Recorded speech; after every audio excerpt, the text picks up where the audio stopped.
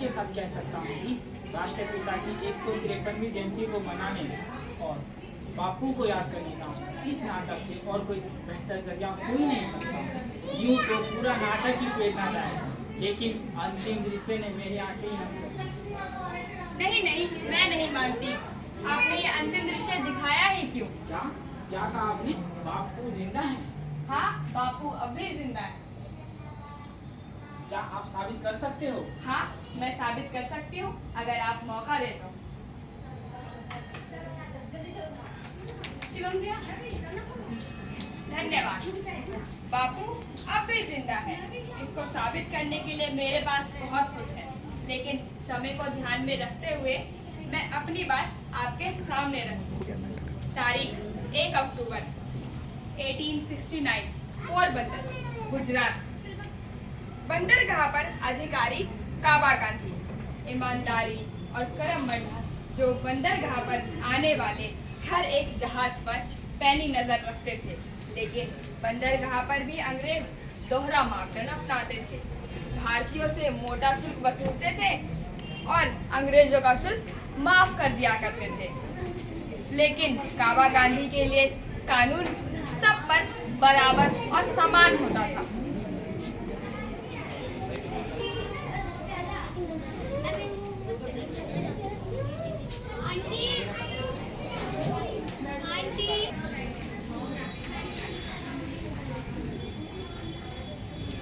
जो सामान कर रहा है उसकी इम्पोर्ट ड्यूटी आपको देनी पड़ेगी। How dare you to ask me pay import duty? I am sorry, पर रूल सबके लिए बराबर है। Don't teach me the rules. These rules are for you Indians. ये रूल बुक मेरे हाथ में है, इसमें ऐसा कहीं नहीं लिखा। I don't care your rule books. हमने कह दिया कि import duty नहीं देगा तो नहीं देगा। तो सामान भी बंदरगाह पर नहीं उतरेगा। कौन रोकेगा? मजबूरन मैं। How dare you to say this? हमारे टुकड़ों पर पलने वाला you bloody Indians. मैं तो अपनी ड्यूटी कर रहा हूँ। I'll show you your duty. Who is the boss? Tell me who is the in charge. What happened? Hold on. I am in charge here. Oh, you are the person. You know me? Yes, I recognize you. What happened? This bloody Indian asked me to pay import duty. Mr. Kawa, is this so? Sir, मैं तो अपनी duty कर रहा हूँ। तुम्हारा duty Indians लोगों से import duty लेने का है, ब्रिटिश लोगों से नहीं। हमारी रूल बुक में ऐसा कहीं नहीं लिखा। नहीं लिखा है तो लिख लो। नाउ से sorry to me. Don't you hear me? Vicky forward. Say sorry to the gentleman. Sorry. I don't hear what you said. I am sorry. Could you say loud and clear? I am sorry.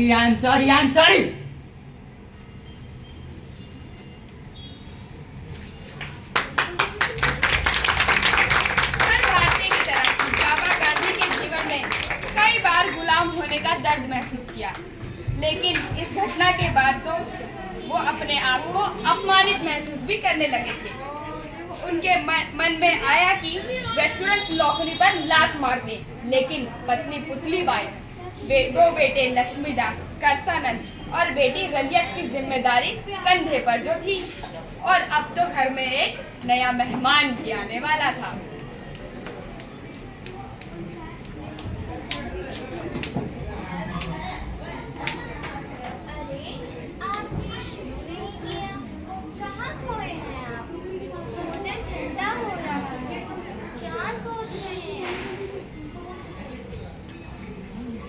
क्या हुआ? भोजन कब से रखा है? आपने शुरू नहीं किया। आज बिल्कुल भी इच्छा नहीं है मुझे। इच्छा क्यों नहीं है? सब कुछ तो आपकी पसंद का है। कहाँ पसंद का है? एक गुलाम मुल्क में आप पसंद के मायने ही क्या हैं? क्या हुआ? सब ठीक है ना? दाल रोटी चल रही है, इस लिहाज से तो ठीक है, लेकिन दाल का हर एक दाना गुलामी के रेशे में डूबा हुआ है। चिंता क्यों कर रहे हैं जी? हर समय एक सा नहीं रहता। इस देश का समय भी बदलेगा। हम आजाद होंगे। भारतवर्ष फिर अपने अतीत के गौरव को प्राप्त होगा। क्यों स्वप्न दिखा रही हो? मुझे तो हर तरफ अंधकार ही नजर आता है। जब अंधकार सबसे घना हो तो समझ लेना चाहिए सवेरा होने ही वाला है। तुम किसी भी परिस्थिति में आशा नहीं खोती। क्योंकि मुझे अपने राम पर पूरा भरोसा जो है।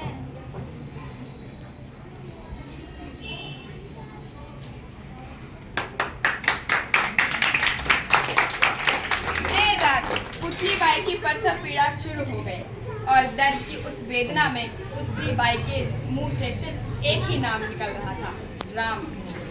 सुबह हो पुतली बाई की प्रसव पीड़ा के साथ बादल की गड़गड़ाहट की आवाज एक अजीब सा मंजर बना रही थी।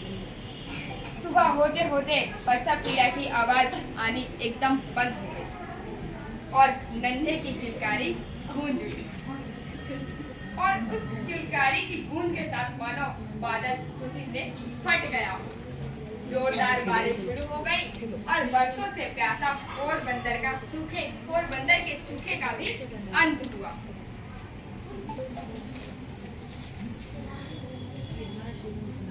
काबा काबा ले पोरबंदर का सावन। ये वो सावन है जो अश्विन में आया है। पंडित जी बताइए कुछ बच्चे के बारे में। हाँ हाँ क्यों नहीं काबा गांधी। बच्चे के जन्म के ग्रह नक्षत्र अत्यंत अद्भुत है, बहुत सुंदर। जीवन उतार चढ़ाव वाले रहेंगे, कई झंझावात भी आएंगे, लेकिन ये ना सभी झंझावातों पर विजय प्राप्त करेगा, बल्कि सत्य और अहिंसा का ऐसा मार्ग प्रशस्त करेगा कि पूरी दुनिया से इंसानियत का सूखा भी समाप्त कर देगा।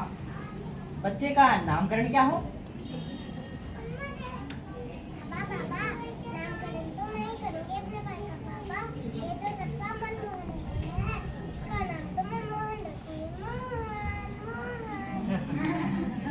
हाँ, मोहनदास करमचंद गांधी।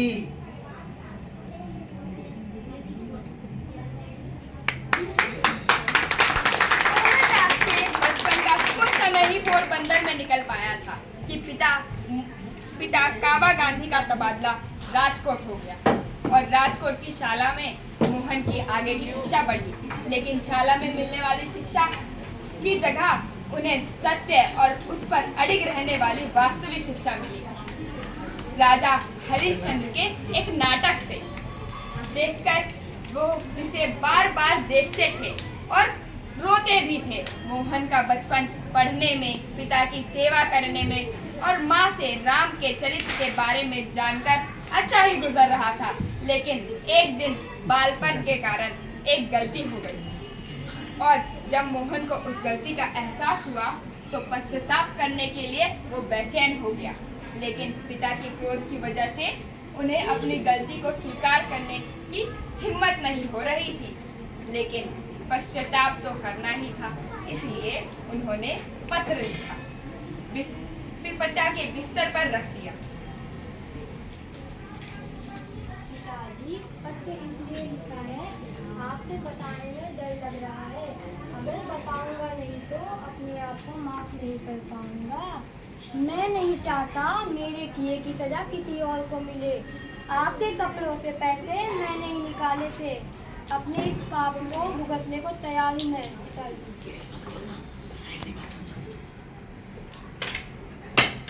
बेटा, गलती इंसान से ही होती है। गलती का एहसास हो जाना बड़ी बात है। गलती को स्वीकार कर लेना उससे भी बड़ी बात है। और गलती को स्वीकार कर लेने के बाद कभी ना दोहराना सबसे बड़ी बात है। तुमने गलती को स्वीकार करके अच्छा किया, और भी अच्छा होगा अगर इस गलती को कभी ना दोहराओ।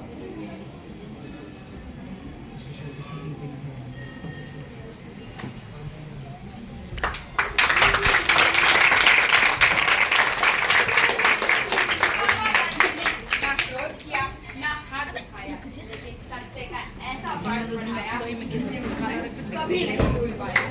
लेकिन भारत माता को गुलामों की बेड़ियों से मुक्त कराने की ललक में उससे एक ऐसा काम हो गया जो उसके घर, यहाँ तक कि परिवार और खुद उसकी नजरों में भी वो पाप था।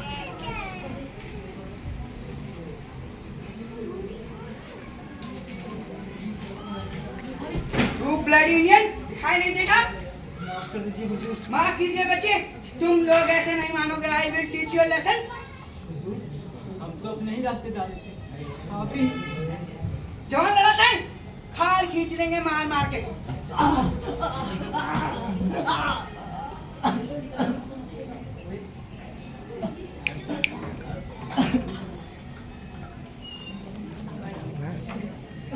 हटो भाई, हटो हटो भाई, हटो हटो।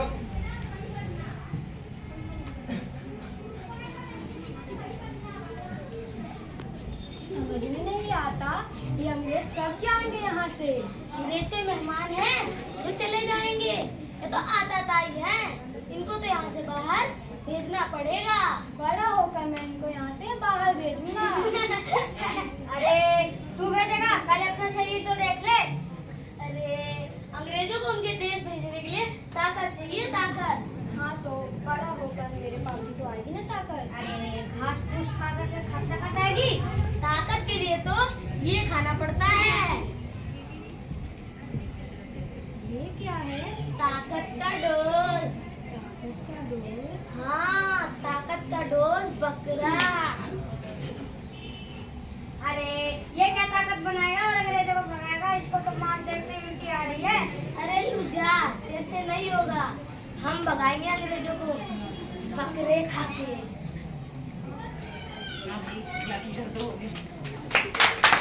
अपने दोस्त के द्वारा अपमानित किए जाने पर मोहन परेशान हो गया और अपनी परेशानी का हल ढूंढने के लिए वो सीधा अपनी माँ के पास गया।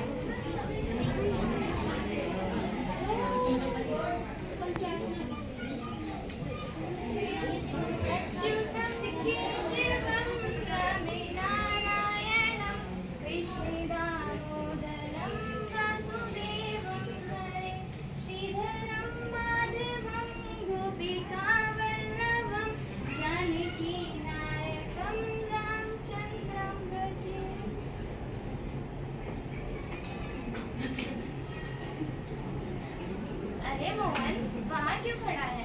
इधर आ। माँ, मुझे अंग्रेजों को हराने के लिए बल चाहिए। हाँ तो प्रतिदिन व्यायाम किया करो, भगवान की पूजा किया करो। पूजा तो करता हूँ रोज, पूजा से बल कहाँ मिल रहा है। वैसे का वैसा ही हूँ, दुबला पतला। दुबला पतला? अरे आताताई को हराने के लिए शारीरिक बल की नहीं, आत्मबल की आवश्यकता होती है, जैसे कि राम जी में थी।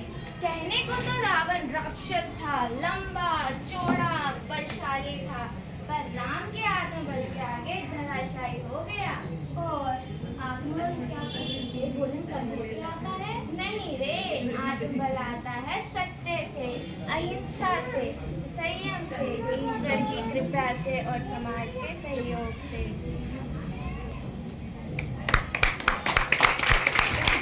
पाठशाला में जाकर मोहन बहुत सी किताबी बातें सीख रहा था, लेकिन जीवन का का खागा तो उसे अनुभव के कायदे ही सिखा रहे थे। सीखने सिखाने की 13 वर्ष की आयु में मोहन का विवाह कस्तूरबा के साथ हो गया।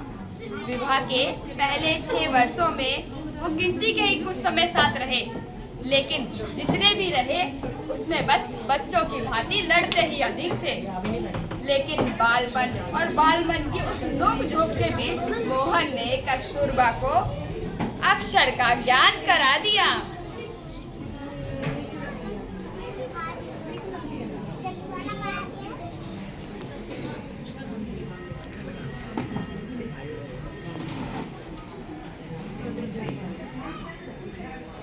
प्रेमल ज्योति तारोला कुई मुज्जीवन पंतुजात दूर परो नद धाम तीहू अनगेरे धंधार। तुम ये सब क्या करती रहती हो? पढ़ना नहीं है क्या? हंस क्यों रही हो? चलो इधर आओ, तुम भी मेरे साथ कविता का पाठ करो। बोलो, प्रेमल ज्योति तारो दाखवी। प्रेमल ज्योति तारो दाखवी। हंसती क्यों हो? हंसी आ रही है तो क्या करूं? हंसोगी तो कविता का पाठ कैसे करोगी? ठीक से पढ़ो। प्रेमल ज्योति तारो दाखवी। प्रेमल ज्योति तारो दाखवी।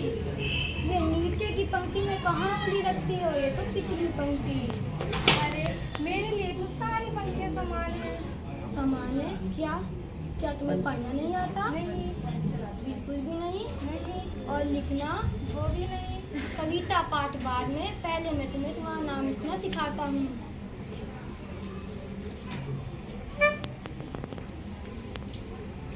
आप सिखा सकते हो? प्रयास तो कर ही सकता हूँ। ये लो कलम। पहले एक सीधी लकीर खींचो, फिर गोल घुमाओ, ये हो गया कस्तूर बा बा। अच्छा, क्या मैं तुम्हें बा बुलाऊं? मैं कोई तुम्हारी बा हूँ?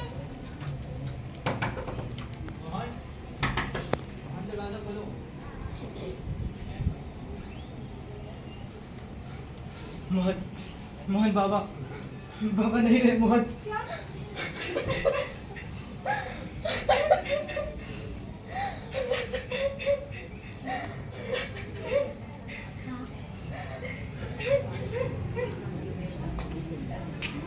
पिता के बड़े भाई लक्ष्मी का वर्षा मिलते सब कुछ छोड़कर सिर्फ मोहन की शिक्षा पर ध्यान केंद्रित किया। यहाँ तक कि मोहन को उस शिक्षा के लिए विलायत भी भेजने की तैयारी कर ली। काफी मुश्किलों के बाद विलायत जाना तय हो गया, लेकिन विलायत जाने की खबर से जाति और समाज में भूचाल आ गया और मोहन को पंचायत में हाजिर होने का हुक्म दिया।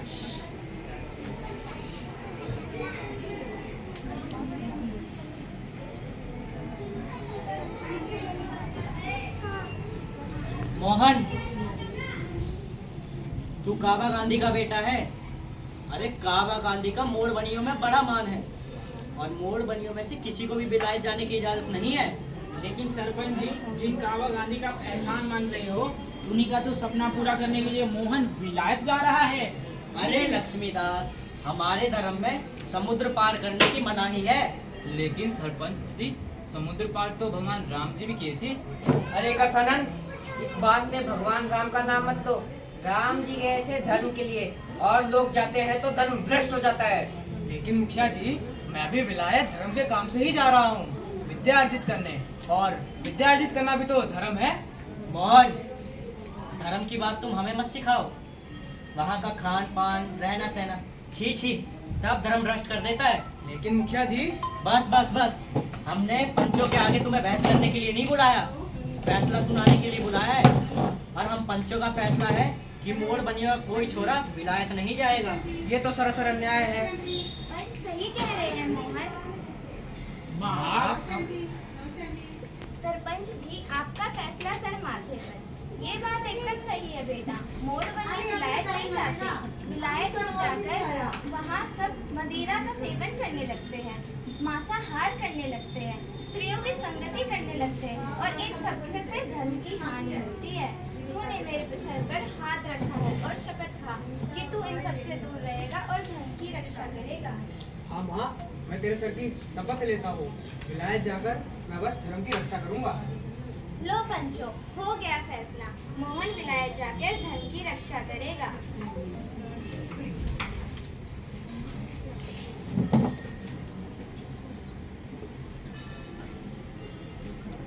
तो भाइयों का परिश्रम और मित्र का सहयोग मोहन को उच्च शिक्षा ग्रहण करने इंग्लैंड पहुंचा गया। वह पहुंचकर अंग्रेजी बोलने में समझना मोहन के लिए चुनौती बन गई और अपने शर्मीले स्वभाव के कारण ये चुनौती और भी बड़ी हो गई। लेकिन मोहन के सामने असली चुनौती तो खान पान को लेकर थी और ऐसी मुश्किल से पार कराने में किसी स्वदेशी ने नहीं बल्कि एक अंग्रेज डॉक्टर ऑलफील्ड ने न केवल मोहन की मदद की बल्कि मोहन को एक अनहारी मंडल से जोड़ा। विलायत में रहकर मांसाहार न करने वाले का प्रण निभाने में सफल रहे, बल्कि शाकाहार को एक अभियान बना लिया। लेकिन बुरी स्त्री की संगत और मदिरा पान जैसे प्रण को निभाने में ईश्वर ने उनकी पग पग तक सहायता की। लेकिन अपनी विवाहित होने की जानकारी गुप्त रखने में वो एक धर्म संकट में फंस गए। पेनेटर के एक रेस्टोरेंट में शाकाहारी भोजन के चुनाव में मदद करने वाली एक बुजुर्ग महिला ने उन्हें अपने निवास पर आमंत्रित किया।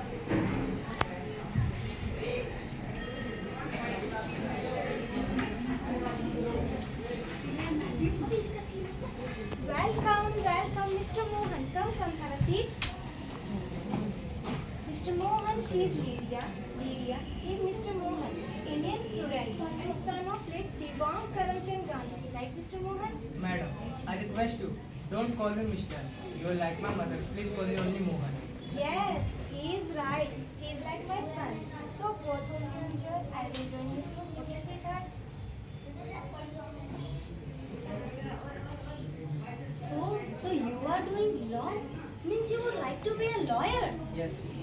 How do you find England? Good. I thought it could be better for you to marry and live here in England. I think. Mrs. Taylor, What happened, Mohan? She's nice, na? What happened? मुझे कुछ कहना है. I want to confess something. I'm not single. I'm married man. Oh my God, you are married. I'm sorry, I hurt you. When got you married? Years back. Years back. In childhood. वो हिंदी में क्या कहते हैं? बाल विवाह? I'm sorry. You gave me love and affection like a mother, but I.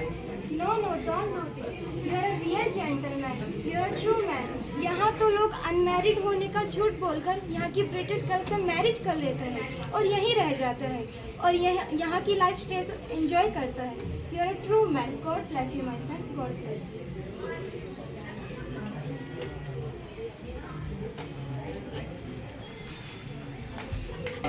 सत्य के प्रति विश्वास और बढ़ गया। उन्होंने जान लिया कि झूठ बोलकर क्षणिक खुशियां हासिल नहीं की जाती, लेकिन सत्य बोलकर मिलने वाला संतोष कभी भी हासिल नहीं हो सकता। भले ही मोहन किताबी शिक्षा अर्जित करने विलायत गए थे, परंतु उन्हें ऐसा लगने लगा था कि विलायत भेजने के पीछे कोई ईश्वरीय परियोजना ही कार्य कर रही है, और उनका ऐसा लगना और भी प्रकट हो गया जब उनकी भेंट थियोसोफिस्ट भाइयों से हुई। उनमें गीता के प्रति आदर ही नहीं, गहरा विश्वास था।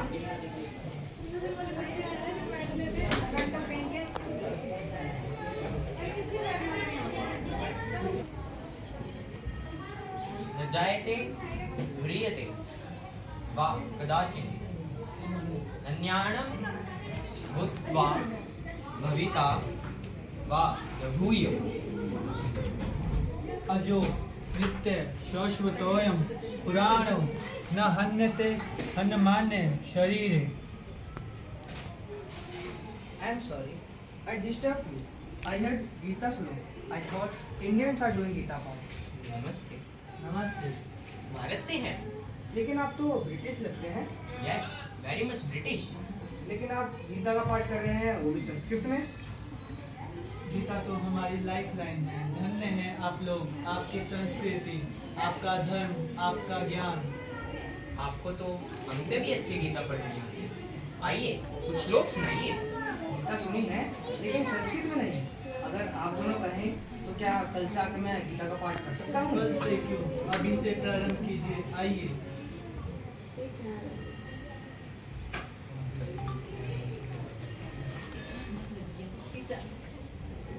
ध्यायतो विषयान् पुंसः संगस्तेषु पजायते संगात् संजायते कामः कामात् क्रोधोऽधिजायते। स्मृति विप्रवाह सम्मोहा बुद्धिनाशो। समृद्धिष्यति भक्ति बुद्धिनाशात् प्रणश्यति।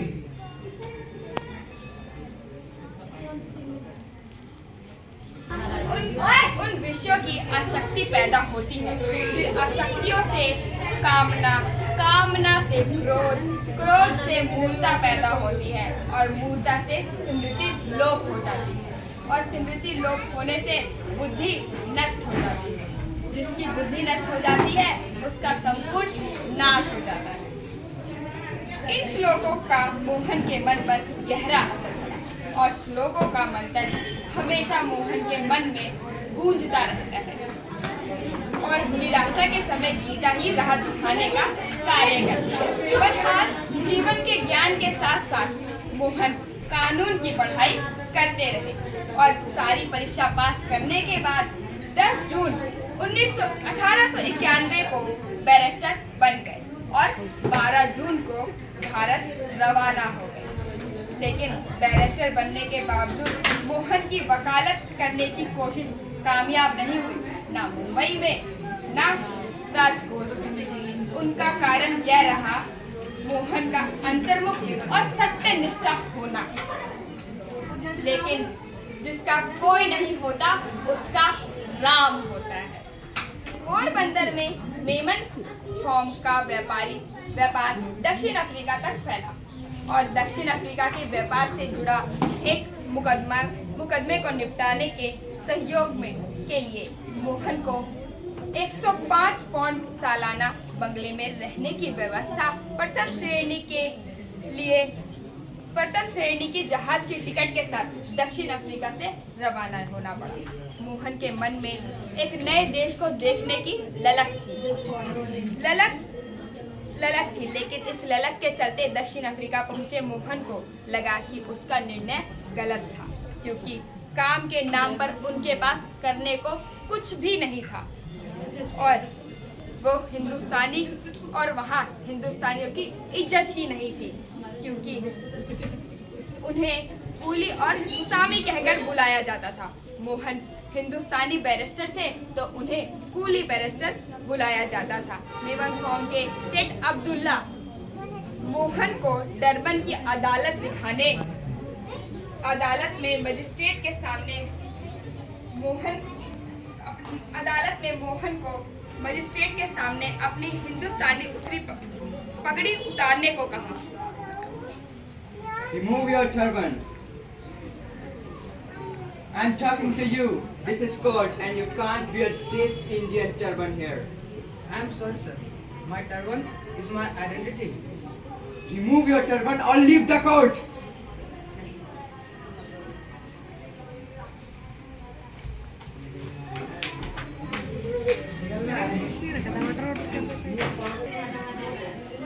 मोहन कोर्ट से बाहर आ गए, लेकिन अगले दिन डरबन के हर समाचार पत्र में मोहन की पगड़ी की ही चर्चा थी और इस बीच मेमन फॉर्म के मुकदमे के सिलसिले में मोहन को पिटकोरिया जाना पड़ा। अब्दुल्ला सेठ ने रेल के पहले दर्जे की टिकट कराई, लेकिन ट्रेन में पहले दर्जे का टिकट कराने से क्या होता है? गोरों के अलावा वहाँ दूसरों का दर्जा तो सिर्फ तीसरा ही था। गोरों की जिस हिंसा का शिकार मोहन बार बार हो रहा था, उस हिंसा के प्रतिकार के तौर पर मोहन को अहिंसा के बीच उतने ही पल्लवित हो रहे थे और अहिंसा से पल्लवित होते बीच और अन्याय के प्रति आवाज उठाने का जज्बा अब आकार लेने लगा था।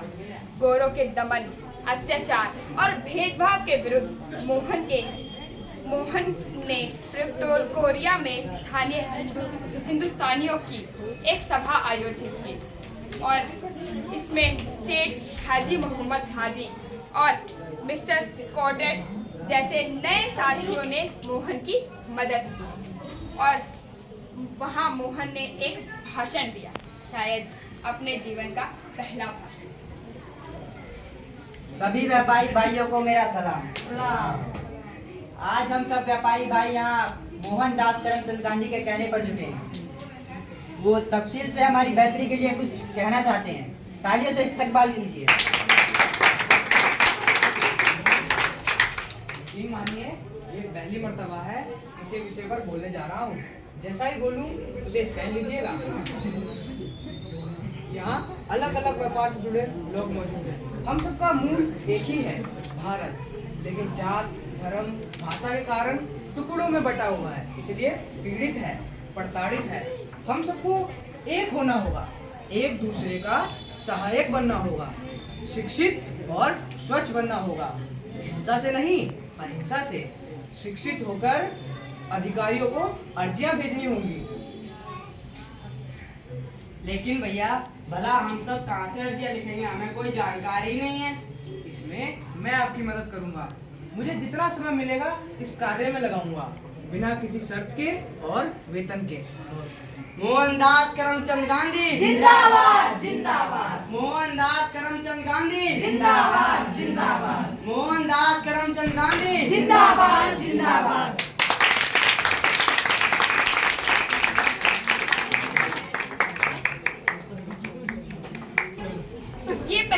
अवसर था जब मोहन के नाम का विस्तार शुरू हुआ और मोहनदास गांधी बनने की ओर अग्रसर होने लगे। अभी तक मोहन के रूप में केवल ग्रहण ही कर रहे थे, लेकिन अब मोहनदास गांधी के रूप में भी उन्होंने प्रदान करना प्रारंभ कर दिया। पूरे दक्षिण अफ्रीका में रहने वाले भारतीयों और बहुत से अश्वेतों की सारी आशाएं मोहनदास गांधी से जुड़ी थी और कई इन आशाओं को पूरा करने के लिए 22 मई 1894 को उन्होंने बाकायदा एक स्थानीय संगठन की घोषणा की। उस संगठन के जरिए हिंदुस्तानी व्यापारियों, गिरमिटिया मजदूरों और दक्षिण अफ्रीका के मूल अश्वेत निवासियों के हक के लिए मोहनदास गांधी ने कई लड़ाइयां लड़ी, जिसकी वजह से मोहनदास गांधी के नाम की गूंज भारत में पहुंची। दक्षिण अफ्रीका के 3 वर्ष बिताने के बाद 1896 में मोहनदास गांधी दक्षिण अफ्रीका के लोगों को बाल गंगाधर तिलक और फिरोज शाह मेहता जैसे लोगों से मिल पाते, उससे पहले उनकी मुलाकात प्लेग से हो गई। मैं कब से आपके यहाँ अफ्रीका से कब आए आए भी हैं तो ऐसे समय में जब सब जगह प्लेग की महामारी फैली। सोचती हूँ ना ही आते तो अच्छा। परेशानी मेरे आने में नहीं है, लोगों की सोच में है। कलकत्ता से मुंबई, मुंबई से राजकोट, हर जगह गंदगी देखता हूँ। क्या गलियां, क्या रेल, क्या सड़कें। चलो ये तो मिल गई, तुम एक बाल्टी ले लो। हाँ, ये क्या है? इसे नहीं पहचानती? पहचानती हूँ, मगर आप इसका क्या करेंगे? जंग लड़ेंगे। जंग लड़ेंगे? हाँ, गंदगी के विरुद्ध। तुम एक बाल्टी ले लो। नहीं, तसला ले लो। आप ये क्या कह रहे हैं? कहाँ जा रहे हैं? बस्ती में जा रहे हैं जहाँ महामारी की स्थिति पैदा हो गई है। महामारी से तो लोग अपनी जान बचाते फिर रहे हैं, और आप नहीं, हम बस्ती में जा रहे हैं जहाँ प्लेग फैला है। आखिर क्यों? प्लेग के लिए कमेटी बनी है, उसके कार्यकर्ताओं के साथ घर घर जाकर स्वच्छता अभियान चलाएंगे, गलियों का कचरा हटाएंगे, पखाना साफ करेंगे। छी छी छी छी छी, ये सब हमें करने की क्या जरूरत है? इसके लिए सफाई कर्मचारी है ना। तुम जैसी समझदार ऐसा कैसे सोच सकती है? इंसान भी जब तक अपने पेट का कचरा नहीं निकालता भोजन नहीं कर सकता। तो इसमें हम क्या करेंगे? सफाई के लिए कमेटी बनी है, उसके कार्यकर्ता के साथ जाएंगे और गलियां साफ करेंगे। मुझे तो कुछ समझ नहीं आ रहा। समझ की कमी की वजह से ही तो आज ये महामारी की स्थिति पैदा हो गई है। अगर हम लोग कहते हैं अंग्रेजों की गुलामी से, लेकिन हमें गंदगी की गुलामी से मुक्ति की आवश्यकता पहले है। उसके लिए किसी और की पहल नहीं, स्वयं ही स्वच्छता अभियान चलाना होगा। कभी भी लकीर के फकीर नहीं रहे, बल्कि ऐसे फकीर थे जो कभी भी बदलाव की शुरुआत खुद से शुरू करते थे, और स्वच्छता अभियान भी उन्होंने खुद से ही शुरू किया। और यही वजह है कि गांधी आज भी स्वच्छता के सबसे बड़े ब्रांड एम्बेसडर हैं। और यही वजह है कि गांधी आज भी स्वच्छता के सबसे बड़े ब्रांड एम्बेसडर हैं। जानते हैं क्यों? क्योंकि बापू अब भी जिंदा है। इस प्रस्ताव को और दक्षिण अफ्रीका के मोहनदास द्वारा किए जा रहे संघर्ष को देश और विदेशी अखबारों ने जमकर छापा, जिसमें से कुछ अखबारों ने ऐसी छापी जैसे मोहन गोरों के खिलाफ है, और इन खबरों से दक्षिण अफ्रीका के गोरों में आक्रोश भर गया। और जब मोहनदास गांधी अपनी पत्नी कस्तूरबा और बच्चे के साथ दक्षिण अफ्रीका पहुंचे तो गोरों ने उनके स्वागत के लिए तैयार खड़े थे। मोहनदास गांधी पर गोरों का इस हमले की खबर पूरे दक्षिण अफ्रीका में आग की तरह फैल गई। हिंदुस्तानी व्यापारियों, गिरमिटिया मजदूरों और स्थानीय अश्वेतों में आक्रोश फैल गया। पुलिस अधिकारियों को इस घटना की गूंज हमलावरों के विरुद्ध कानूनी मामला दर्ज कराने के विकल्प पर, जिससे मोहन ने नकार दिया। इस घटना की गूंज भारत पहुंच गई। समाचार पत्र मोहनदास गांधी की दृढ़ता और गोरों की हिंसा के विरुद्ध के समाचार से पट गए। देश के बड़े बड़े नेता से जिनसे कुछ समय पहले ही मोहनदास गांधी मिल पाए थे। उन्हें लेकर खास गंभीर हो गए। मोहनदास बोर युद्ध से लेकर हिंदुस्तानियों की भर्ती, सफाई आंदोलन में भागीदारी और दक्षिण अफ्रीका में बड़े अकाल को लेकर कोष जैसे कार्यों से और प्रसिद्ध हो गए थे। इन कार्यों के बीच और वे स्वदेश लौटना चाहिए। मोहन के वतन वापसी के कार्यक्रम से दक्षिण अफ्रीका के लोगों में बेचैनी पैदा हो गई। कोई तो रोने लगा, कोई तो रुकने की मिन्नतें करने लगा। लेकिन मोहनदास के ठान लेने के बाद उनके सम्मान में जगह जगह सभाएं होने लगी। उनके सम्मान में पत्र और उपहार संस्थाओं में बाढ़ आ गई। इस सम्मान को अभिभूत मोहनदास विदा हुए और 9 जनवरी 1915 को जहाज से मुंबई के अपोलो बंदरगाह उतरे, जहां सिर्फ बड़े अधिकारी और राजा रजवाड़ों को ही उतरने का अधिकार था। इनसे कैसे? Hey, Mr. Gandhi, I hope you and your family have a comfortable journey on board. Thank you, have a nice time. Bye.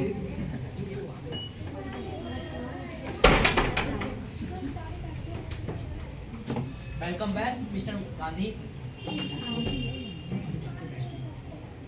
हम तो समझ रहे थे विलायत से बैरिस्टर साहब आ रहे हैं, कोट वोट हैट वैट के साथ उतरेंगे। विलायत गया था तो वहाँ के लिबास के साथ, भारत लौटा हूँ तो अपने लिबास के साथ। नमस्ते गांधी।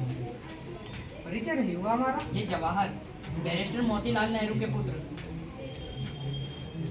कहाँ जा रहे हैं आप? गोखले जी के पास। मुझे तो लोगों के पास मिलने में ही आदत है। हेलो, मैं एडवोकेट जिन्ना, मुस्लिम लीग का नुमाइंदा और कांग्रेस का नेता। सेवक मोहनदास गांधी।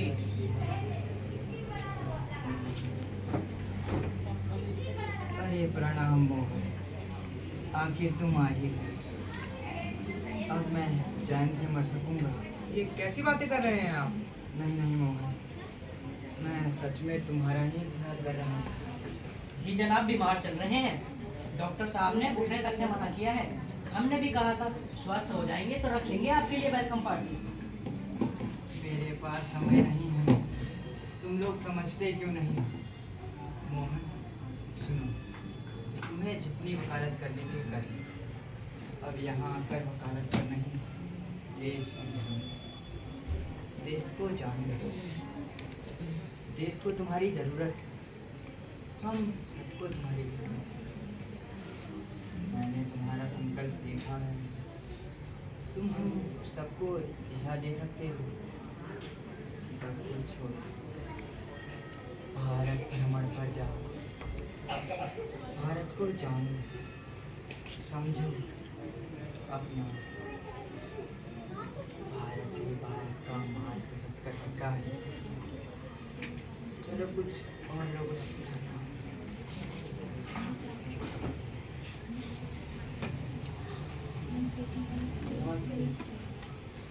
पटेल साहब, गोखले साहब को न जाने क्या दिखाई दिया। मुझे तो जनाब के ना आवाज में दम नजर आए ना अदा में। अंग्रेज तो क्या, चूहे भी नहीं डरेंगे इनसे।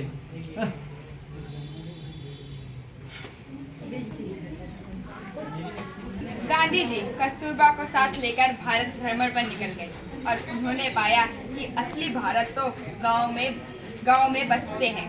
असली भारत तो गरीबी, अशिक्षा और असमानता को देखकर गांधी जी ने ना जाने कितनी बार रोए, कितनी बार ईश्वर से सवाल किया। शायद ईश्वर से मिली कुछ संकेत और जवाब के बाद गांधी जी ने लिबास के नाम पर जीवन पर्याप्त सिर्फ एक खादी की धोती में रहने का संकल्प लिया। गांधी जी ने 1 साल तक भारत भ्रमण किया, लेकिन किसानों के दर्द से रूबरू होने का अवसर मिला। 1917 को चंपारण बिहार में, जहां अंग्रेज हुकूमत में जमींदार किसानों से जबरदस्ती नील की खेती करा रहे थे, जिससे उनकी जमीन बंजर होती जा रही थी और खाद्यान्न की कमी हो रही थी। अन्न उगाने वाले किसान भूखे मरने पर मजबूर हो गए थे।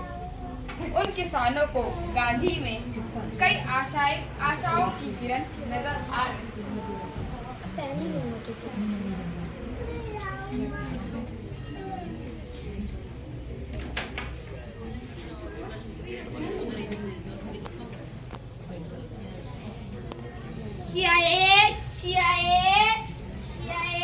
वो चाय वाले भैया, बापूजी इसी रेलगाड़ी से आ रहे हैं ना, हमको मिलना है, हम किसान लोग हैं। बाबू साहब, बाबू साहब, गांधी जी इसी रेलगाड़ी से आ रहे हैं, हमको मिलना है। सुनिए, मैं ही गांधी हूँ। बापू मैं बचा लीजिए, हमारी उम्र मदद कीजिए, हमें बचा लीजिए। रुकिए, पहले मुझे बताइए क्या बात है।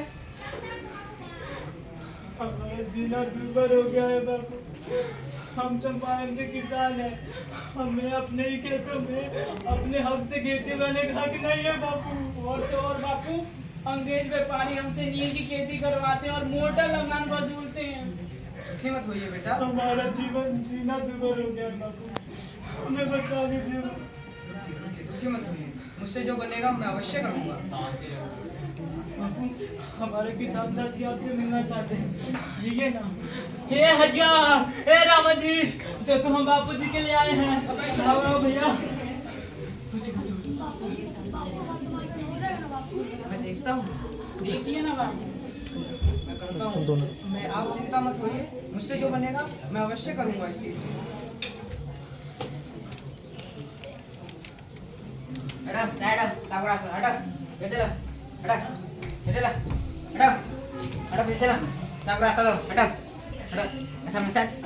आइए सर, आइए आइए। यार मिस्टर गांधी, हाँ, मोहनदास करमचंद गांधी। आपको अरेस्ट किया जाता है।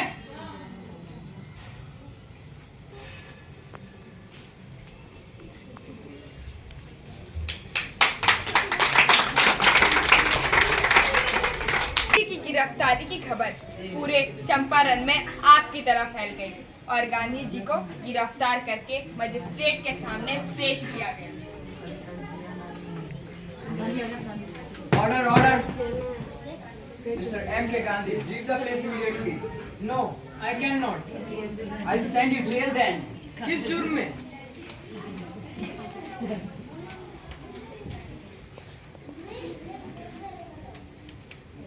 Pay 100 rupees. I'm giving you bail. No, I will not pay anything. I did not do anything wrong.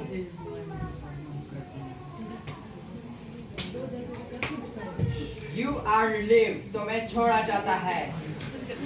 Mohandas Karamchand Gandhi जिंदाबाद, जिंदाबाद। मोहनदास करमचंद गांधी जिंदाबाद, जिंदाबाद। मोहनदास करमचंद गांधी जिंदाबाद, जिंदाबाद।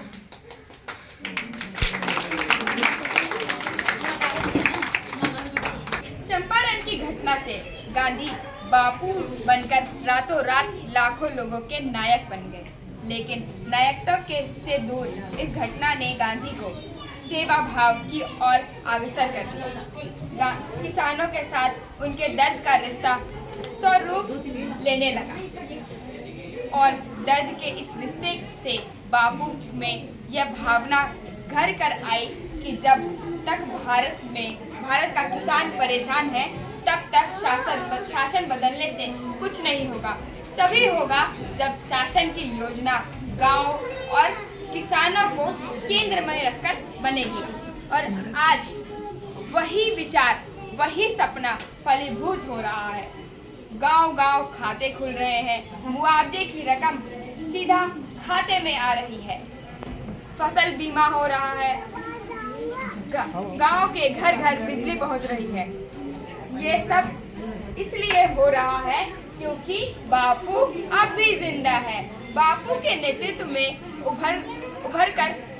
उभर रहे स्वाधीनता आंदोलन से अंग्रेजों की जमीन हिलने लगी और इस हिलती जमीन को बचाने के लिए और इस आंदोलन को कुचलने के लिए रोलैक्ट एक्ट लाया गया, जिसके बाद बरतीली हुकूमत किसी भी भारतीय को बिना मुकदमा चलाए जेल में बंद कर सकती थी। इस कानून के विरुद्ध में बापू ने असहयोग आंदोलन छेड़ दिया। कानून के विरुद्ध में देशव्यापी आंदोलन होने लगे और ऐसे में बापू ने ऐलान कर दिया।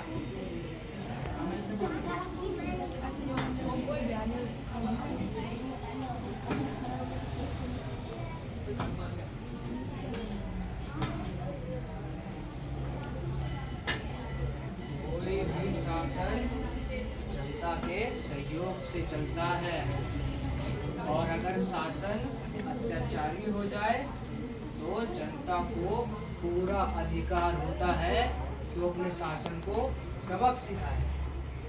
इसके लिए असहयोग सबसे बड़ा हथियार है और इसके लिए असहयोग आंदोलन चलाना चाहिए और असहयोग आंदोलन का अगर ठीक से प्रयोग किया जाए तो 1 साल के भीतर भारत स्वराज प्राप्त कर लेगा।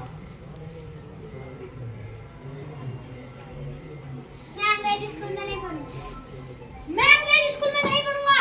मैं वकालत नहीं करूंगी। मैं भी नैतिक अपना बहिष्कार करती हूँ। मैं अंग्रेजी स्कूल में नहीं पढ़ाऊंगा। हम अंग्रेजी स्कूल में नहीं करेंगे। हम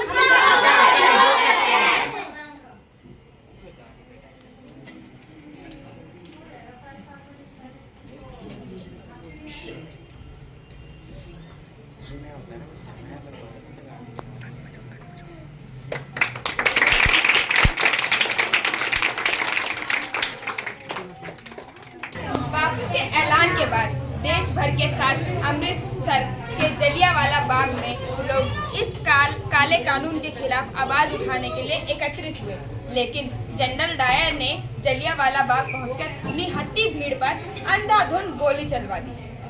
अंग्रेज की इस हिंसा ने बापू को बेचैन कर दिया और वो लोगों का दर्द बांटने के लिए पंजाब आ गए।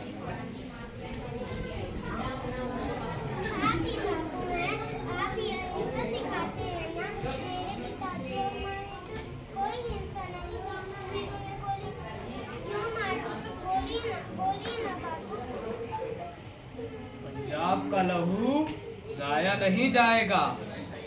ऐसा सैलाब आएगा ब्रिटिश साम्राज्य बह जाएगा।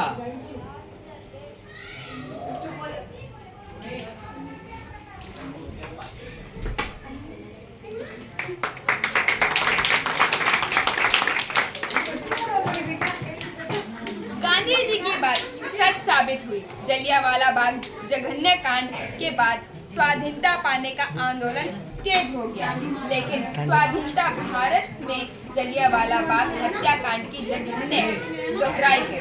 1984 में दुख की बात तो यह थी कि इस जघन्य कांड के अंजाम देने वाले वर्षों से छूटे घूम रहे थे, लेकिन अब जाकर उनका भी हिसाब होगा।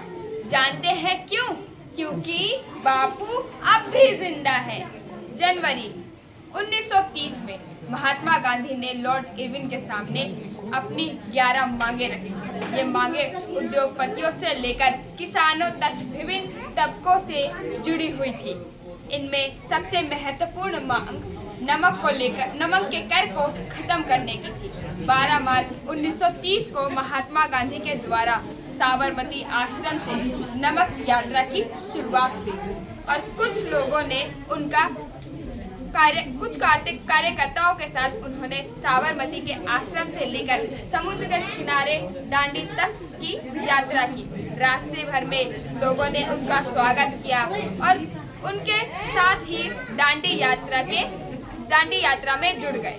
सवर्ण अवज्ञा आंदोलन की शुरुआत करी। इस यात्रा के दौरान 61 वर्ष की आयु में बापू के पैरों में छाले आ गए थे, लेकिन उन्होंने लगभग 40 किलोमीटर से इस सफर में ना ही घोड़ा लिया ना ही पालकी। 6 अप्रैल 1930 को उन्होंने दांडी तट के यात्रा पर नमक बनाकर नमक कानून का उल्लंघन किया।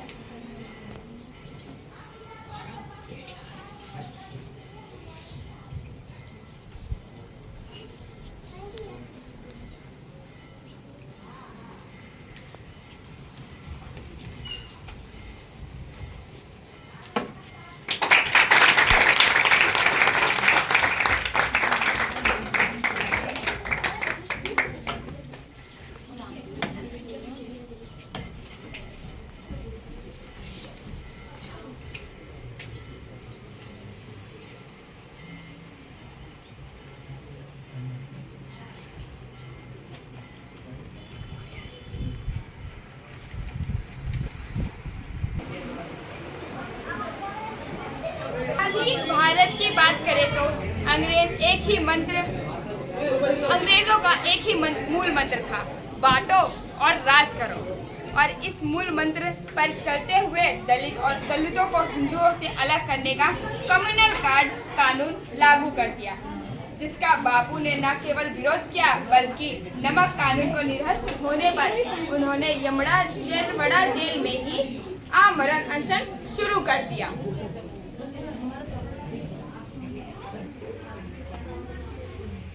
क्यों इतने हटघर बन रहे हैं? सब कह रहे हैं मान जाइए और ये जूस पी। हाँ बापू, थोड़ा जूस पी लीजिए। इस असहयोग आंदोलन से कुछ नहीं होगा। अंग्रेजों के कम्युनल कार्ड से भी कुछ हासिल नहीं होगा। समाज में व्याप्त छुआछूत तो कम नहीं ही होगी। हिंदू समाज जितना तुम्हारा और मेरा है, उससे कई ज़्यादा हमारे हरिजन भाइयों का है। और अंग्रेजी हुकूमत हमारी इस एकता को तोड़ने का प्रयास कर रही है। और अंग्रेजी हुकूमत अगर कामयाब हो गई तो स्वाधीनता आंदोलन अपना अर्थ खो बैठेगा। देखिए, मदन मोहन मालवीय जी आए हैं। और साथ में डॉक्टर साहब भी हैं, डॉक्टर भीमराव अंबेडकर। आपने जेल में भी अनशन शुरू कर दिया। अरे जेल में तो खा पी कर स्वस्थ रहिए। स्वस्थ तो इतना हूँ, किसी का भी पंजा गिरा सकता हूँ। अरे डॉक्टर साहब, आप चुप क्यों खड़े हैं? आपके अनशन से सारा देश चिंता में फंस रहे हैं। तुमको देखकर मेरी हालत अच्छी हो गई। लेकिन आपने सोचा है आपके जिद के कारण हम लोगों का कितना नुकसान होगा? कोई नुकसान नहीं होगा, बल्कि देश बड़े नुकसान से बच जाएगा। हिंदू समाज जितना तुम्हारा और मेरा है, उससे कई अधिक हमारे हरिजन भाइयों का है। और अंग्रेज 2 वोट का अधिकार देकर हमारी एकता को कमजोर करना चाहते हैं। इसके लिए वो लोग जिम्मेदार है जो हमें छूना तक पाप समझते हैं। और आपका ये अनशन ऐसे लोगों को और भी बल देगा। आप सत्याग्रह नहीं, अनुसूचित जातियों के नुमाइंदे बनकर महापाप कर रहे हैं। डॉक्टर साहब, आपकी पीड़ा मैं समझता हूँ। हमारे पूर्वजों ने जितना अत्याचार आप लोगों पर किया है, उसके सामने आपका यह क्रोध कुछ भी नहीं है। मैं कहता हूँ, आप अपने पूर्वजों का बदला मुझसे ले लें, मुझे मारें, प्रताड़ित करें। और जिस तरह हमारे पूर्वज आपको पानी तक को हाथ नहीं लगाने देते थे, उसी तरह भरी प्यास में मुझे पानी से वंचित रखें। डॉक्टर साहब, बस इतना कहूँगा कि अंग्रेजी हुकूमत में आकर अपनी एकता को कमज़ोर ना होने दें। देखिए गांधी जी, ऐसी बात ना करें। आप देश को आपकी जरूरत है। देश को आपकी मुझसे भी ज़्यादा ज़रूरत है। खासकर वंचितों को आप अपने जगाएं, शिक्षित करें और अपनी तरह बनाएं। और बताएं, अगर ये देश शरीर है तो वो सब देश की आत्मा है। जूस कहाँ है? हाँ लाइए, मुझे दीजिए। लीजिए गांधी जी, जूस पीजिए और जूस पीकर अपना अनशन तोड़ लीजिए।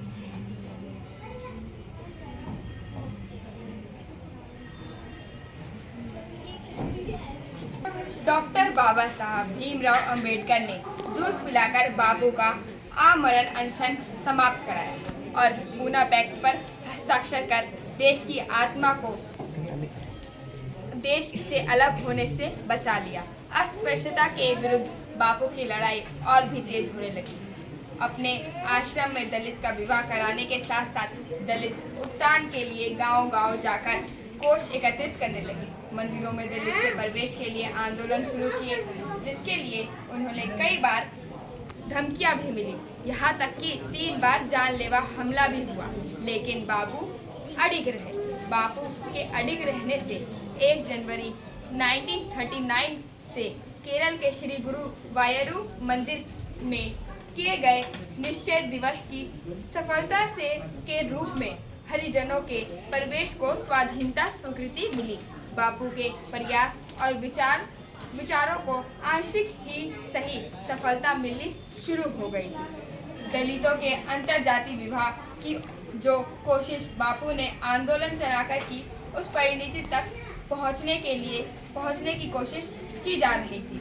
सामाजिक तौर पर भी और आर्थिक तौर पर भी दलितों वंचितों के छत दिलाने के लिए बापू ने कोष का निर्णय कर जो पहल की, वो पहल अब प्रवान चढ़ गई। गांव में आवास, सड़क, बिजली, रोजगार और व्यापार के लिए ऋण, यह सब दिया जा रहा था। ये क्यों हो पा रहा था, ये सब जानते हैं? क्योंकि बापू अब भी जिंदा है। अस्पृश्यता दूर करने वाले बापू के जीवन का अहम कार्य रहा, लेकिन उनके जीवन का परम लक्ष्य तो पूरे देश को सुख, समृद्धि और आनंद में देखना था। और इस काल को और इसको हासिल करने के लिए उन्होंने अपने सारे जीवन सुख, सारे निज सुख को त्याग दिया। यहाँ तक कि स्वयं के शरीर पर एक छोटी सी धोती को छोड़कर सारे वस्त्र को श्रद्धांजलि दे दी। बापू, स्वाधीनता पाने के आपके प्रयास सार्थक होने का समय आ गया है शायद। क्या अब भारत में कोई दुखी और वंचित नहीं रहा? नहीं, ऐसी बात नहीं है। अंग्रेजी हुकूमत भारत को आज़ादी देने वाली है। बापू, एक बच्चा आपसे मिलने आया है। आओ बेटा आओ। उधर क्यों खड़े हो? इधर आओ, मेरे पास बैठो। मुझे जानते हो? हाँ, आप बापू गांधी हो ना, लेकिन आप हमेशा नंगे क्यों रहते हो? नंगा कहाँ हूँ, पहन तो रखी है लंगोटी। ऊपर से कुछ नहीं पहन रखा। ऊपर से कैसे पहनूं? मैं तो गरीब आदमी हूँ ना। ये तुम्हारे हाथ में क्या है? अरे बेटा, बापू से कहो मैं कुर्ता लाया हूँ आपके पहनने के लिए। बापू, मैं कुर्ता लाया हूँ आपके पहनने के लिए। मेरे अकेले के पहनने के लिए? पर मेरे परिवार का क्या होगा? उनके लिए भी बना देंगी मेरी माँ, है ना माँ? मेरा परिवार तो 40 करोड़ भारतवासी हैं। उनमें से जब तक एक भी बिना कपड़े के है, मैं पूरे कपड़े नहीं पहन सकता।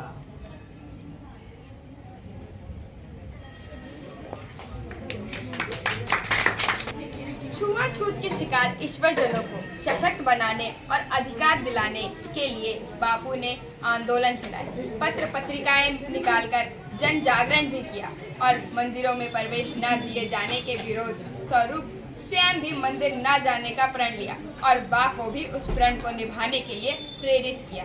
और उस प्रण को निभाने के प्रयास में और स्वराज प्राप्त करने के आंदोलन में बापू का कंधे से कंधा मिलाकर सहयोग करने वाली बा का कारागार में बापू के सामने स्वास्थ्य खराब हो गया।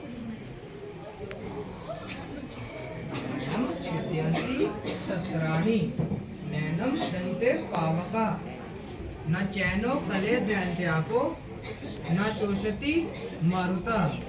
अर्थात इस आत्मा को शस्त्र काट नहीं सकती, आग जला नहीं सकती, जल गला नहीं सकती और वायु सुखा नहीं सकती।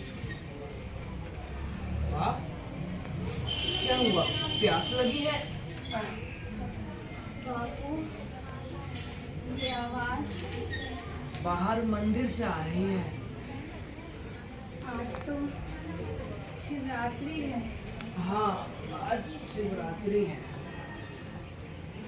आप तो मंदिर दर्शन को नहीं जाएंगे। शपथ जो ले रखी है, जब तक हरिजन भाइयों के साथ भेदभाव रहेगा, आप मंदिर दर्शन को नहीं जाएंगे।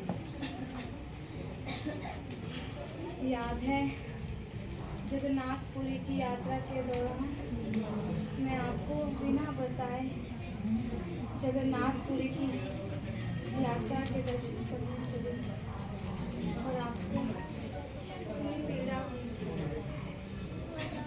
मुझे पीड़ा इस बात की होती है कि हमारे लाखों भाई बहनों को अछूत बताकर मंदिरों से जाने में रोका जाता है। मैं समझती हूँ आपकी पीड़ा। वाह, तुम मंदिर जाना चाहती हो? अब तो सीधा उसी के पास जा रही हूँ।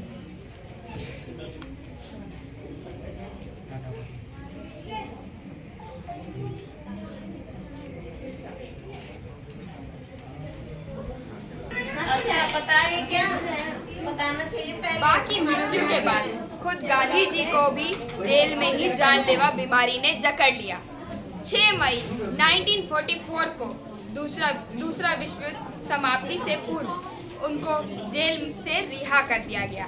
गांधी जी के आंदोलन और दूसरे विश्व युद्ध से हुए आर्थिक और सामरिक नुकसानों के बाद अंग्रेज ने भारत को भी आज़ादी का तोहफा दिया, लेकिन विभाजन के जख्मों के साथ विभाजन की त्रासदी में हजारों लोग मारे गए, लाखों लोग बेघर हो गए। 14 अगस्त ठीक रात 12 बजे जब घड़ी की सुइयां मिली और तारीख बदलकर 15 अगस्त हो गई, तब देश के पहले प्रधानमंत्री शपथ ले रहे थे। लेकिन स्वाधीनता की लड़ाई को जन आंदोलन बनाने वाले बापू सत्ता के हस्तांतरण से दूर विभाजन की आग में भड़के दंगों के पीड़ितों को जख्मों पर मरहम लगा रहे थे, ये फर्क किए बिना कि जख्म हिंदू के थे या मुसलमान के थे। बापू चले गए, लेकिन 40 करोड़ भारतीयों के अधिकार को दिलाने के वाले विचारों को जिंदा रख गए। आज़ादी के वर्षों के बाद भारत के 40 करोड़ हो गए, लेकिन सभी भारतवासियों के बारे में चिंता करने वाले बापू आज भी प्रखर हो गए और यह सोच अपने पराये की नहीं, 40 करोड़ भारतवासियों की थी। 40 करोड़ भारतवासियों के जीवन को बदलने की बात करती है। 40 करोड़ भारतवासियों को विश्व में सबसे बड़ी ताकत बनाने की बात करती है। जानते हैं क्यों? क्योंकि बापू अभी जिंदा है।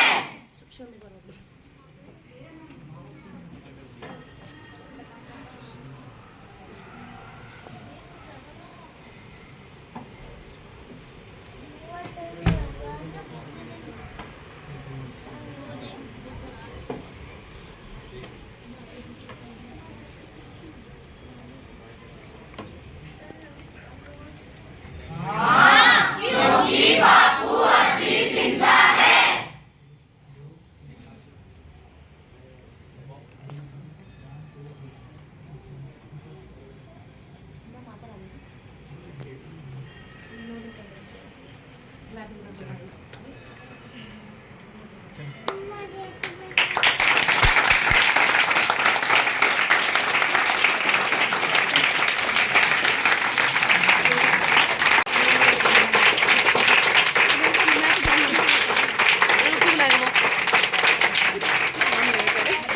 सिर्फ एक हफ्ते में तैयारी पूरी करी है। एक बार कलाकारों के लिए जोरदार ताली।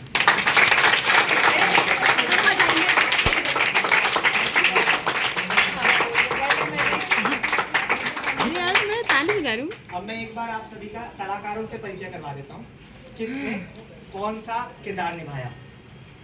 सूत्रधार के किरदार में प्रीति,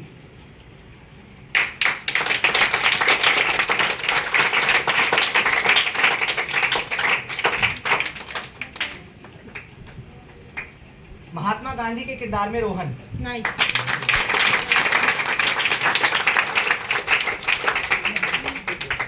संध्या कस्तूरबा गांधी के किरदार में।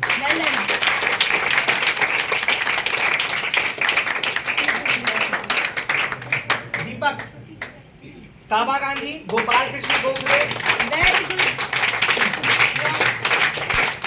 हाजी मोहम्मद और सेवक।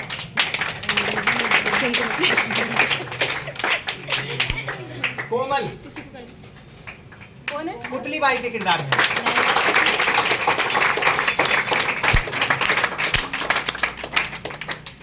मनदीप छोटे मोहन के किरदार में।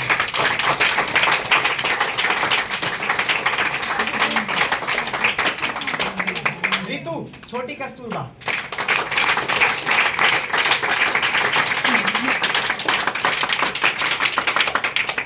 आकाश सरदार वल्लभ भाई पटेल और सरपंच।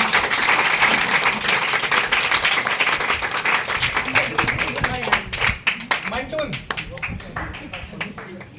इनके किरदार बहुत ज्यादा है।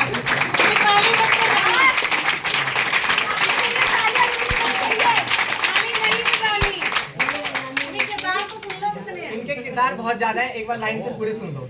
करसानंद, मोहम्मद अली जिन्ना, सेठ अब्दुल्ला, ब्रिटिश ऑफिसर, मजदूर, किसान, सेवक।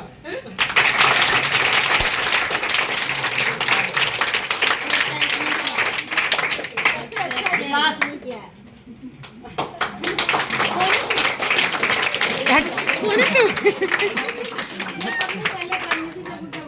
इतिहासकार लक्ष्मीदास, किसान और मदन मोहन मालवीय।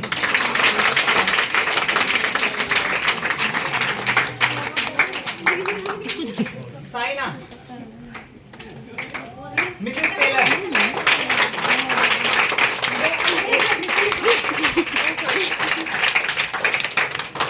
विनीता, लीडिया और बहुत सारे।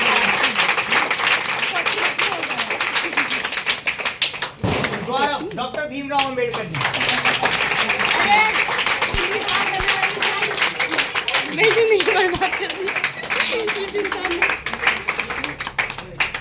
स्वाति मीराबेन।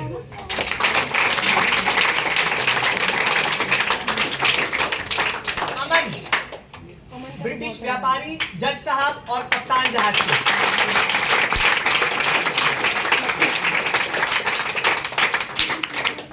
विनीत पुलिस ऑफिसर के किरदार में।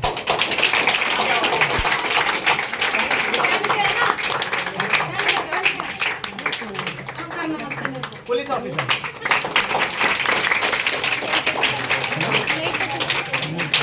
कुणाल थियोसॉफिस्ट भाई और पंडित जवाहरलाल नेहरू और पंच।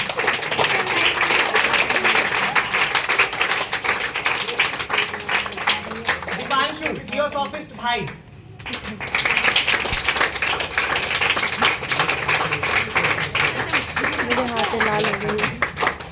शिवा मोहन का दोस्त, चाय वाला और मजदूर।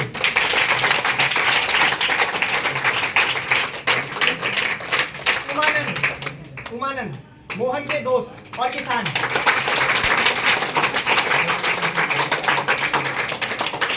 रौनक मोहन के दोस्त।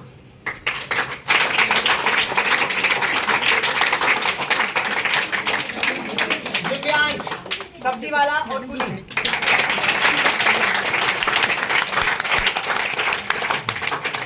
मैं कोई नहीं। पूनम दाई, माँ और गृहिणी। मैं कोई नहीं।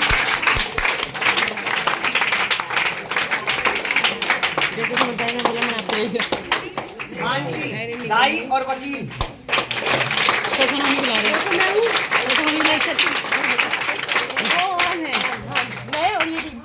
सिद्धार्थ पंच, टीचर और टिकट चेकर। बुला रही हूँ।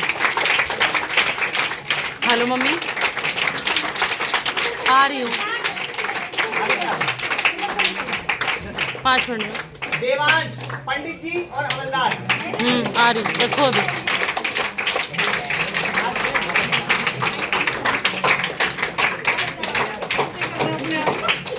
रॉकी हवलदार, वेटर और युवक।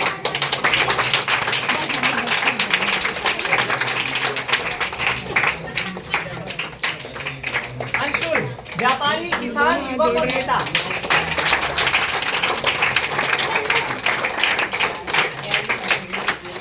कुंदन आश्रम का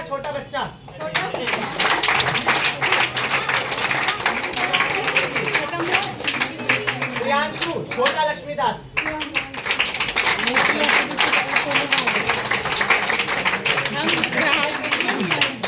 शिवम छोटा करसानंद।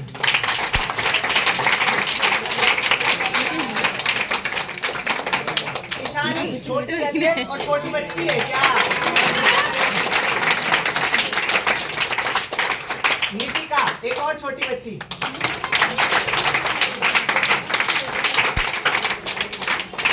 रोशनी अंग्रेज बच्ची।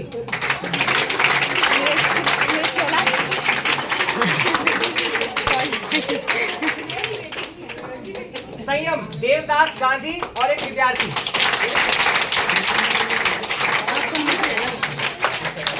मनु विद्यार्थी।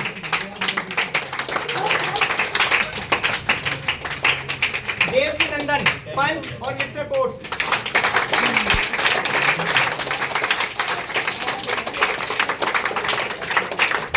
नितेश असिस्टेंट जज।